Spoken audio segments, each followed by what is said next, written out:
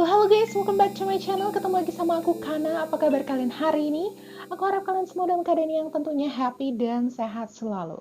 Sebelum aku masuk ke dalam video pembahasan aku kali ini, aku harap kalian mau support dan dukung aku terus. Caranya so easy peasy lemon squeezy guys. Just click subscribe button and jangan lupa juga buat like and comment juga dan share juga kalau kalian suka, and don't forget to hit the button. Kalian selalu bakalan up to date dengan video-video yang baru aku masukin. Are you ready guys? Let's go.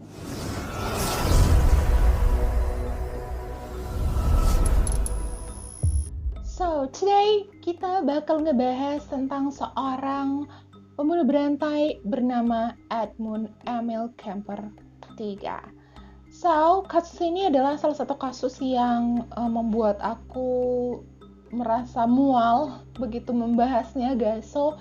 I will give you a warning guys, bagi kalian yang nggak bisa ngedengerin atau ngebayangin cerita-cerita yang ya pembunuhan dan sebagainya, just keep, usahakanlah kalian ditemenin sama seseorang because the detail for me is tough guys. 27 Agustus 1964, Edmund Emil Kemper III. Pada saat usianya yang ke-15, pada saat itu ia sedang duduk bersama neneknya di dapur rumah neneknya. Pada saat itu, ia dan neneknya sedang mengalami sebuah perdebatan yang cukup panas ya guys. Neneknya tuh mungkin marah-marah atau nggak setuju sama sebuah pendapat dari Kemper. Kemudian Kemper kesel, marah sama apa yang neneknya bilang ke dia.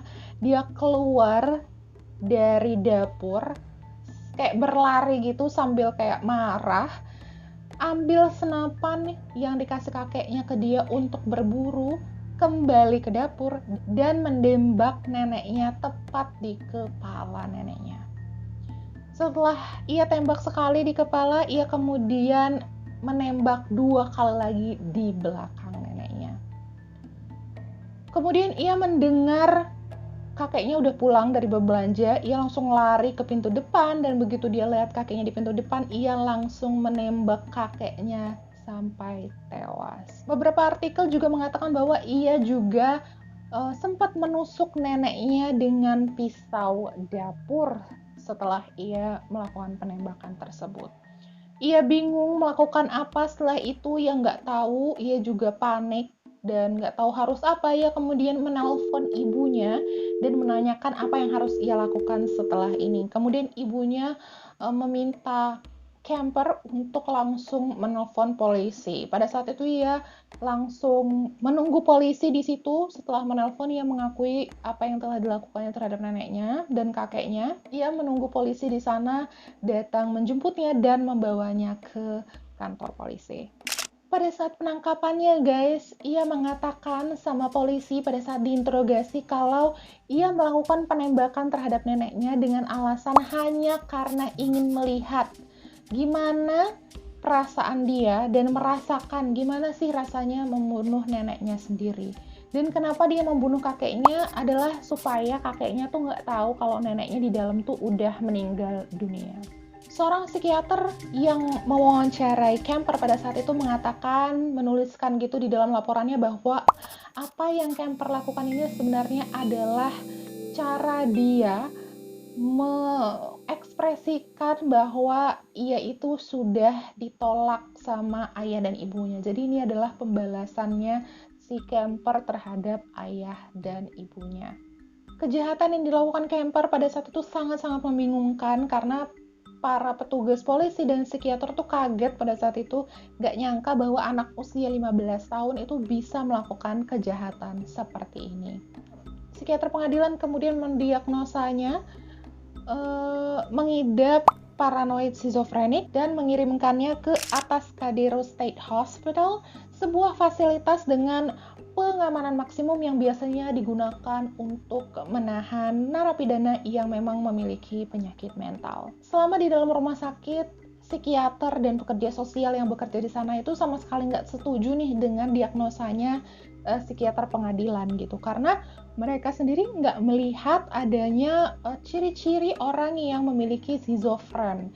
Nggak ada yang namanya halusinasi, nggak ada yang namanya ekspresi bahwa dia mengatakan dia depresi, atau ciri-ciri lain yang mendukung bahwa dia adalah schizofren, itu sama sekali tidak terlihat. Mereka juga melakukan observasi kepada camper di sana dan menyatakan bahwa camper itu adalah anak yang sangat-sangat cerdas dan sangat mawas diri. Tes IQ yang dilakukan terhadap camper pada saat itu menunjukkan skor 136 guys. Nah, rata-rata manusia itu mempunyai skor 90 sampai 110 skor IQ-nya. Nah, itu rata-rata IQ manusia normal. Dan 136 ini berarti masuk ke dalam kategori anak berbakat.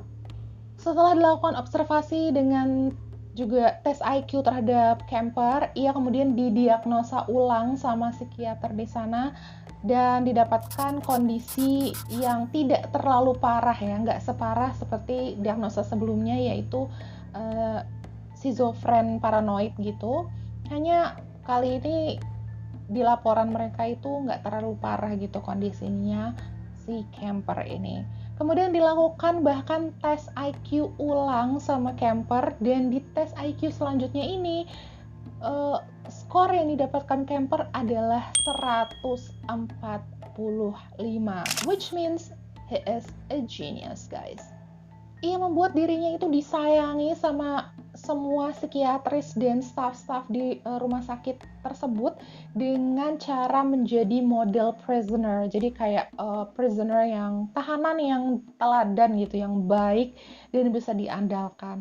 Ia juga bahkan dilatih untuk memahami dan bisa memberikan tes kepribadian atau tes psikiatris kepada tahanan-tahanan yang lain. Bahkan para psikiaternya itu mengakui bahwa camper ini adalah pekerja yang sangat-sangat baik dan bukan tipe sosiopat seperti dugaan atau diagnosa psikiater-psikiater sebelumnya gitu. Camper juga menjadi anggota dari sebuah organisasi yaitu JCs atau GCI gitu kalau di Amerika Serikat. Itu adalah sebuah pelatihan kepemimpinan atau sebuah organisasi untuk pelatihan kepemimpinan gitu untuk orang-orang dari usia 18 hingga 40 tahun. Dan selama ia masuk ke dalam organisasi itu, ia bahkan telah berhasil mengembangkan beberapa alat tes dalam lingkup kepribadian, dan itu sangat-sangat baik gitu. Nah, sebelum masuk ke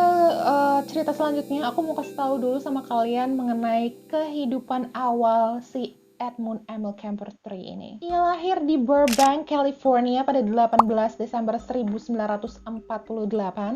Ia lahir dari pasangan Clarnell Elizabeth dan Edmund Emil Camper II.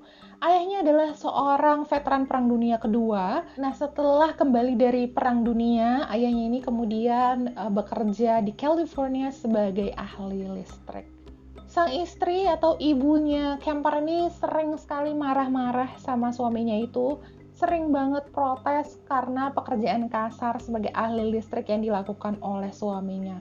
Dan suaminya tersebut juga marah ya, sangat-sangat tersinggung dengan apa yang dikatakan oleh istrinya tersebut. Bahkan suaminya itu bilang ke istrinya bahwa misi bunuh diri dan ikut dalam percobaan bom nuklir di Perang Dunia Kedua itu bahkan lebih baik daripada harus hidup bersama dengan sang istri. Pernikahan mereka berdua itu tidak didasari cinta ya guys, dan memang keseharian mereka itu kalau misalnya digabungin hanya ada perdebatan demi perdebatan, berantem dan berantem terus-terusan. Jadi memang hanya ada perdebatan panas ketika mereka digabungkan. Camper kecil memang terlahir berbeda dari para anak-anak seusianya, ya dari kecil udah kelihatan ia memiliki tinggi tubuh yang sangat jauh berbeda daripada anak-anak lainnya di usia ke-4 tahun. Jadi ia udah tinggi banget pada usia 4 tahun tersebut. Dan sifatnya Camper kecil juga sudah terlihat berbeda daripada anak-anak seusianya, di mana pada saat anak-anak seusianya itu suka bermain, sangat suka disayangi dan dicintai gitu. Tetapi Camper enggak, guys. Camper itu sudah menunjukkan kekejaman, sifat kekejamannya pada saat usia dini gitu loh. Jadi dia udah kejam memang sejak kecil. Nah, pada usianya yang ke-10, ia itu mengubur hidup-hidup kucing peliharaannya. Nah, sampai kucing tersebut mati saat dia kubur. Setelah ia pastikan kucing tersebut mati, ia gali lagi kuburan itu dan kemudian memenggal kepala kucing itu dan menggantung kepalanya di atas paku. Nah, tapi pengakuan dia itu puas nih guys, tetapi bukan puas karena berhasil membunuh kucingnya, bukan. Tetapi ia puas bahwa ia sudah bisa membohongi keluarganya mengenai apa yang terjadi terhadap kucing itu gitu. Nah, pada usianya yang ke-13, ia kembali membunuh kucing peliharaan keluarga lain karena ia menganggap bahwa kucing tersebut itu lebih suka adiknya, lebih suka sama adik perempuannya daripada dia. Jadi ia memotong tubuh kucing malang tersebut dan potongan-potongannya itu disimpan di dalam lemari kamarnya sampai kemudian ditemukan oleh ibunya sendiri. Camper itu memiliki kehidupan fantasi yang gelap gitu ya, kehidupan fantasi yang aneh dan memang kejam gitu loh. Itu bahkan pernah melakukan ritual gitu terhadap boneka saudara perempuannya. Jadi dia tuh ngelepasin kepala dan tangan boneka tersebut. Pada suatu hari kakaknya Camper itu menggoda Camper dan mengatakan sama Camper, nantangin Camper gitu loh guys. Jadi kayak dia bilang, kenapa kamu nggak coba cium gurumu di sekolah gitu loh, kenapa kamu nggak gitu. Dan Camper menjawabnya gini guys, bila aku menciumnya, berarti aku harus membunuhnya terlebih dahulu. Gitu. Anak kecil, Camper ini juga sering banget keluar rumah diem-diem secara sembunyi-sembunyi gitu sambil membawa bayonet ayahnya dan kemudian pergi ke rumah gurunya dan memata-matai gurunya itu lewat jendela guys. Bahkan ya guys, permainan favoritnya adalah gas chamber dan electric chair. Gas chamber itu berarti kayak ruangan yang beracun dan electric chair itu adalah kursi listrik ya guys. Nah, permainan ini adalah permainan imajinernya dia gitu, cuman berimajinasi aja. Tetapi ia itu pernah minta adiknya untuk seakan-akan si Camper ini sedang duduk di electric chair itu. Lalu dia pernah minta sama adiknya untuk nyalain tombol electric chair-nya itu secara bohong-bohongan gitu ya, kayak imajinasinya tuh kayak dinyalain gitu. Dan si Camper ini bakalan berlaku seperti orang yang sedang dieksekusi beneran di kursi listrik itu. Jadi dia bener-bener kayak menggelepar kesakitan gitu, seperti orang yang bener-bener sedang dieksekusi di sana. Tetapi Camper ini hampir aja pernah kehilangan nyawa setelah kakaknya itu mencoba untuk mendorong Camper itu ke depan kereta api yang sedang melaju, tetapi gagal. Namun setelahnya kakaknya kembali mendorong Camper ini ke dalam sebuah kolam renang yang dalam gitu sampai Camper ini hampir aja tenggelam. Tapi ya usahanya juga gagal juga. Ini memiliki hubungan yang sangat-sangat erat dan sangat dekat dengan sang ayah. Sampai Camper itu merasa sangat-sangat putus asa atas perceraian kedua orang tuanya pada 1957, menyebabkan Camper itu dibesarkan oleh ibunya. Jadi dia dibawa sama ibunya ke Montana. Sedangkan ibunya ini sendiri adalah pribadi yang neurotik gitu ya, yang alkoholik, suka meremehkan, kemudian mempermalukan dan menghina Camper kecil. Sang ibu itu sering banget membuat Camper itu tidur di basement sambil pintu basementnya tuh dikunci. Karena sang ibu takut kalau camper itu akan menyakiti kedua saudara perempuannya. Sang ibu juga terus-menerus secara regular gitu ya, menghina dan merendahkan camper dengan mengatakan bahwa camper itu adalah anak yang aneh dan karena tingginya juga nggak seperti anak-anak seusianya. Kemudian sang ibu juga nggak mau menunjukkan rasa kasih sayangnya, nggak mau memberikan rasa kasih sayangnya terhadap camper karena takut kalau camper itu akan menjadi, I'm sorry guys, akan menjadi guy. Ia mengatakan pada camper bahwa camper itu selalu mengingatkannya pada sang suami dan bahwa camper itu tidak akan pernah dicintai oleh wanita manapun. Saat usianya yang ke-14, camper itu lari dari rumah dengan tujuan untuk menemui ayahnya yang tinggal di California. Saat sampai di sana, ia menyadari bahwa ayahnya itu telah menikah lagi dan memiliki seorang anak tiri. Camper kemudian tinggal di sana bersama dengan keluarga ayahnya selama beberapa lama sebelum akhirnya ayahnya itu mengirim camper ke sebuah peternakan tempat di mana nenek dan kakeknya tinggal, guys. Camper itu sangat-sangat tidak suka tinggal bersama dengan kakek neneknya ini. Camper merasa bahwa sang kakek itu adalah orang yang pikun, tidak bisa diandalkan, dan sang nenek adalah orang yang selalu mengebiri mereka berdua. Nah, maka dari itulah tadi pada saat yang pertama pembunuhan terhadap kakek dan neneknya itu terjadi karena didasari oleh rasa benci dan rasa ketidaksukaan camper tinggal bersama kakek dan neneknya. So, move on. Pada tanggal 18 Desember 1969, pada usianya yang ke-21 guys, camper ini dibebaskan bersyarat dari rumah sakit tempat di mana ia ditahan. Meskipun pembebasan bersyarat ya, jadi psikiatris yang ada di sana itu benar-benar ngelarang pembebasan camper, jadi sama sekali nggak setuju. Tetapi sama pengadilan itu pembebasan bersyaratnya akhirnya dikabulin gitu ya guys, jadi dia bisa bebas bersyarat.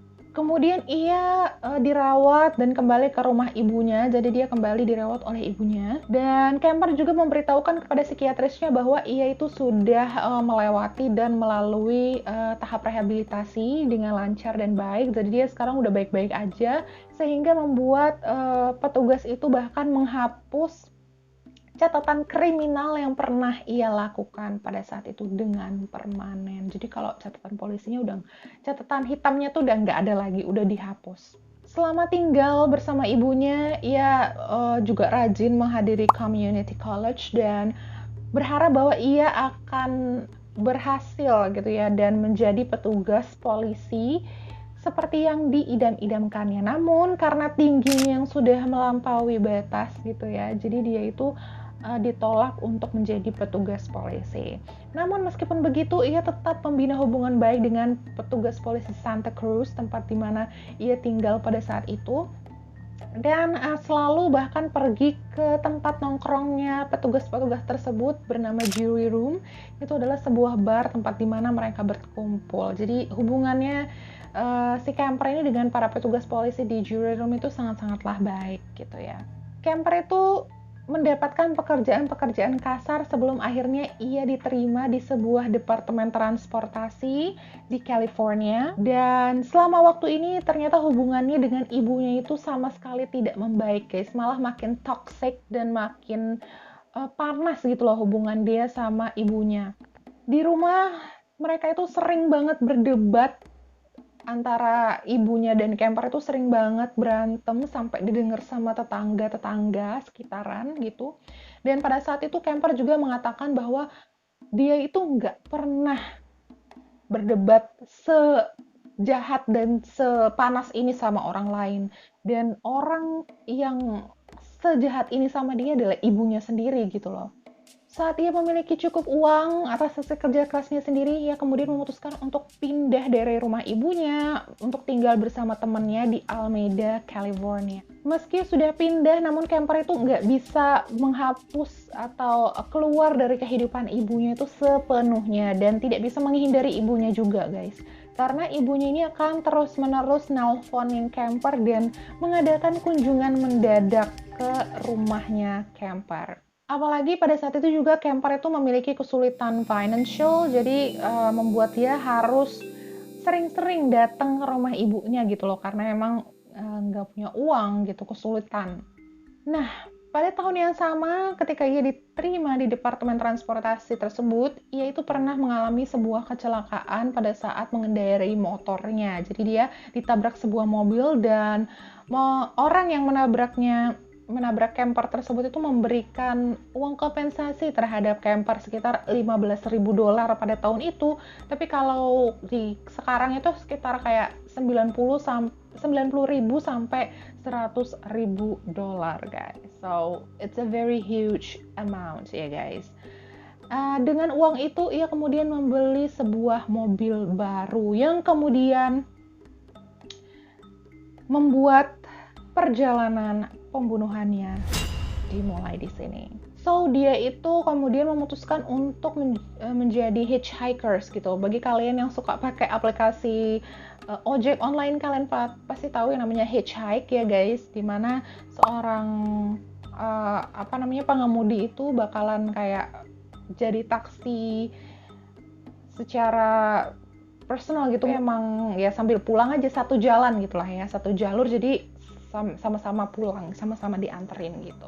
Pada 7 Mei 1972, camper itu sedang berkendara di area sekitar Berkeley, California. Kemudian ia mendapatkan tax hitchhiking oleh dua orang gadis berusia 18 tahun, yaitu Mary Ann Past dan Anita Mary Lucchesa, dan memintanya untuk mengantarkan mereka ke Stanford University. Tetapi tanpa sepengetahuan mereka itu camper langsung mengubah arah atau direction dia pada saat mengemudi ke arah hutan, guys. Langsung memborgol kedua orang wanita ini, kemudian menusuk